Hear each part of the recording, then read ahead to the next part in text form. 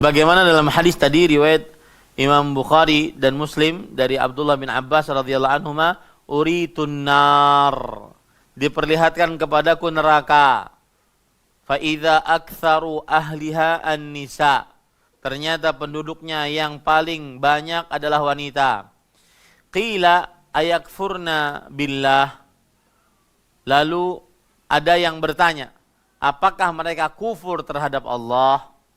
Kemudian Rasulullah SAW menjawab, yakfurnal ashir wa yakfurnal ihsan. Lau ahsanta ila ihdahunna dahra thumma ra'at minka syai'an qalat ma ra'aitu minka khairan qat. Artinya, mereka kufur terhadap suami, kufur terhadap kebaikan suami. Jikalau berbuat baik kepada salah seorang, jikalau kalian, wahai suami, berbuat baik kepada salah seorang di antara mereka, di antara istri, selama 1 tahun, kemudian ia melihat sesuatu keburukan dari Anda, maka ia akan berkata, aku tidak pernah melihat suatu kebaikan pun dari kamu. Saya akan jelaskan hadis ini, perhatikan baik-baik. Perempuan, mohon maaf ibu-ibu, saudari-saudari muslimah, menjadi penghuni neraka terbanyak, salah satu sebabnya adalah yakfurnal ashir, kufur terhadap suami. Apa maksudnya? Kufur terhadap kebaikan yang pernah diberikan oleh siapa? Suami. Tidak berterima kasih kalau dikasih hadiah. Tidak berterima kasih saat diberikan nafkah, saat diberikan makanan, tidak berterima kasih. Termasuk saat, lihat, termasuk tanda tidak berterima kasihnya seorang istri adalah kalau suami sudah berbuat baik selama 1 tahun, sepanjang tahun dia berbuat baik. 1 kali kemudian suami melakukan kesalahan, langsung sang istri mengatakan, kamu memang tidak cinta sama saya, mas. Saya beri contoh, sering contohnya begini. Suami sudah kerja dari pagi sampai sore. Sebelum pulang ke rumah, keluar kantor, dia telepon istrinya. Sayang, mau dibelikan apa? Ya, martabak Mesir atau nasi goreng? Mau diberikan apa? Maka sang istri mengatakan, martabak Mesir. Oh, sang suami mengatakan, siap. Pulanglah dia. Di jalan, sang suami melihat nasi goreng. Dia suka. Tiba-tiba dia suka. Dia belilah itu. Lupa dia martabak Mesir. Sang istri, ini sudah jam 5:30. Martabak. Sudah berhayal martabak dia. Ternyata sang suami mengatakan, Assalamualaikum. Waalaikumsalam. Pas dibuka, kok nasi goreng? Mana martabaknya? Dasar mas, kamu tuh tidak pernah perhatian sama saya. Lihat kata-kata itu. Kamu tidak pernah perhatian sama saya. Kamu tidak pernah sayang sama saya. Padahal anaknya sudah 5. Tidak sayang bagaimana itu? Nah ini hati-hati ibu-ibu yang punya penyakit seperti ini. Itu namanya salah satu contoh seorang istri tidak berterima kasih. 1 kesalahan sedikit susah untuk dimaafkan oleh istri. Padahal kesalahannya pun bukan prinsipil. Kesalahannya karena manusiawi. Ya, ini yang dimaksud dengan takfurnal ashir atau yakfurnal ashir. Tidak berterima kasih kepada suami, kufur terhadap kebaikan suami. Salah satu contohnya, kita wahai para suami berbuat baik sepanjang tahun. Ternyata ada 1 kesalahan yang kita lakukan, ternyata sang istri benar-benar mengeneralisir, engkau tidak pernah berbuat baik, engkau tidak pernah sayang sama saya. 15 tahun ini tidak pernah engkau mengerjakan kebaikan. Nah, ini sebuah kekeliruan dari seorang perempuan. Kemudian ibu-ibu saudari-saudari muslimah yang dimuliakan oleh Allah Subhanahu wa taala, Sekarang saya akan sebutkan beberapa hadis Rasul Sallallahu Alaihi Wasallam yang harus diingat oleh para istri yang salihah. Yang pertama, hak paling besar yang dimiliki oleh suami adalah ditaati. Jangan pernah tidak taat dengan suami. Hak paling besar yang dimiliki oleh istri adalah yang dimiliki oleh suami adalah ditaati. Misalkan saya beri contoh. Ayo kita malam ini pengajian di Baitul Salam. Kata sang istri, males. Ini berdosa dan dosanya besar. Ya. Kecuali kalau suami mengajak melakukan maksiat, baru boleh untuk tidak taat. Coba bayangkan hadis Rasul sallallahu alaihi wasallam riwayat Imam Ahmad, la yasluhu li basharin an yasjuda li basharin walau salaha li basharin an yasjuda li basharin la amartul mar'ata an tasjuda li zawjiha min 'idhami haqqihi 'alaiha. Tidak pantas seorang manusia sujud kepada manusia lain, tidak pantas. Kalau seandainya ada yang pantas manusia sujud kepada manusia lain, maka niscaya aku akan perintahkan istri sujud kepada suami. Gara-gara, kenapa? Saking besarnya hak suami terhadap istri. Ini, maka jangan pernah remehkan. Ibu-ibu, saudari-saudari muslimah, ketaatan kepada suami. Terutama ibu-ibu perhatikan yang kadang-kadang umur sudah 40 tahun. Ya, saya pernah ada orang, waktu itu kita lagi resepsi pernikahan. Saya makan, kemudian ada orang datang. Ustadz boleh makan di sini? Silahkan. Makan sesuap, dua suap. Si fulan ini mengatakan, Ustadz boleh kita sambil tanya jawab? Masalah agama? Silahkan. Dalam hati saya, wah ini nggak jadi makan nih, pasti tanya jawab nih. Ya. Akhirnya dia berkata, Ustadz, saya umur 50 tahun, suami. Istri saya ya 45, kemudian mungkin 46, 47, sekitar itu. Sebentar lagi dia menopause. Setiap kali saya mengajak untuk berhubungan badan, Ustadz, istri saya mengatakan, males. Kenapa? Karena nanti kalau hubungan badan junub, pagi-pagi harus mandi sebelum subuh. Saya sudah tua, masuk angin nanti.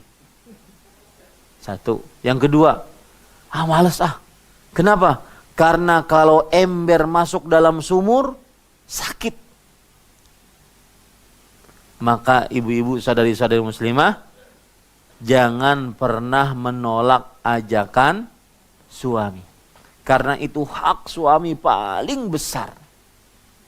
Hak suami paling besar. Itu hadis pertama yang harus istri perhatikan, istri soleh perhatikan, yaitu ketaatan suami di atas segalanya setelah ketaatan kepada Allah dan Rasulnya. Bahkan ketaatan kepada orang tua kalah. Saya beri contoh nih. Sang suami mengatakan, ayo kita Baitul Salam yuk, kajian hari Jumat malam, Sabtu. Kata bapaknya, bapak dari istri ini, bapak dari anak perempuan ini, kamu jangan pergi ke Baitul Salam. Saya ingin berkunjung ke rumahmu. Tapi suaminya mengajak. Mana yang lebih didahulukan? Ajakan suami atau perintah bapak? Suami. Apa dalilnya? Kalau kita main perasaan, dia kan orang tua Ustadz. Karena dia kita ada Ustadz. Karena bapak ibu kita ada, maka kita pun ada. Itu kalau dalilnya perasaan.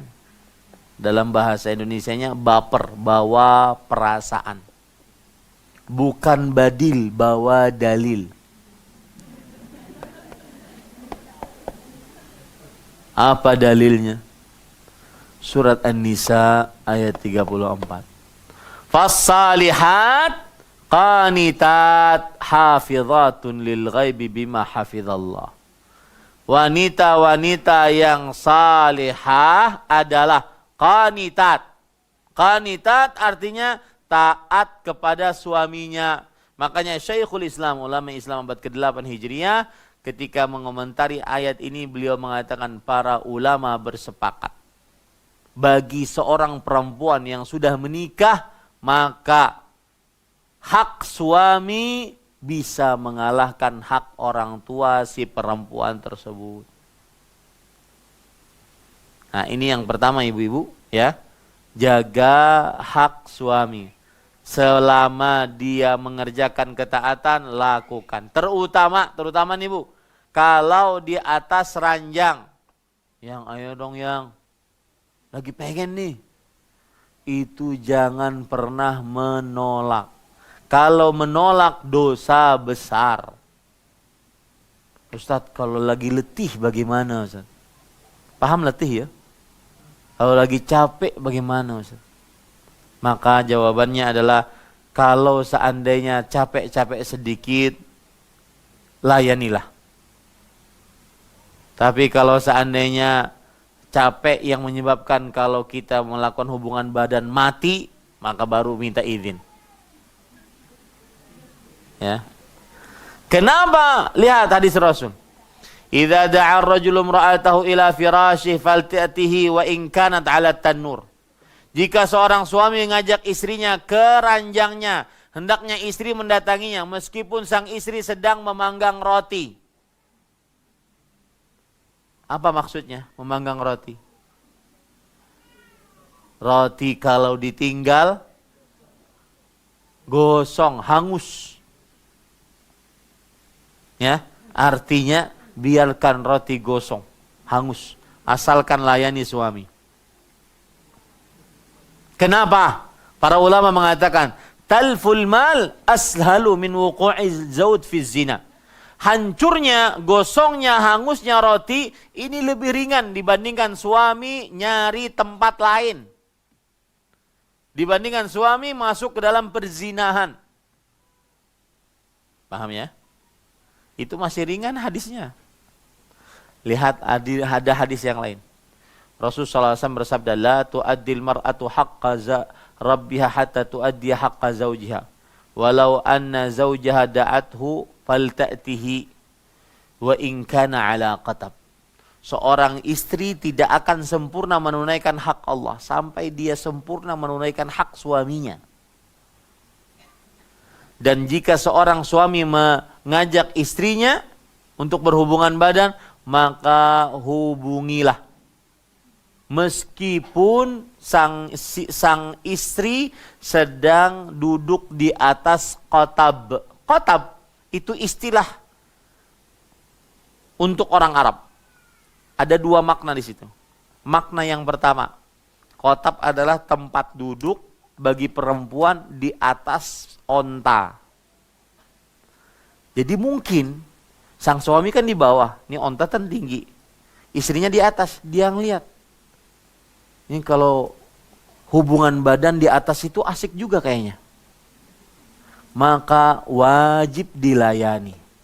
Saya sampai sekarang saya nggak tahu bagaimana caranya itu terjadi di atas onta. Tapi kalau suaminya pengen, wajib dilayani. Nah, itu tafsiran pertama, qatab. Tafsiran yang kedua, qatab adalah tempat duduk bagi perempuan yang hamil agar mudah melahirkan. Saat sang istri hamil, mau melahirkan, otomatis mohon maaf, ini agak vulgar sedikit ya. Otomatis sang istri akan membuka pahanya. Mungkin suami melihat. Bayangkan dalam keadaan genting-gentingnya, sang suami ingin.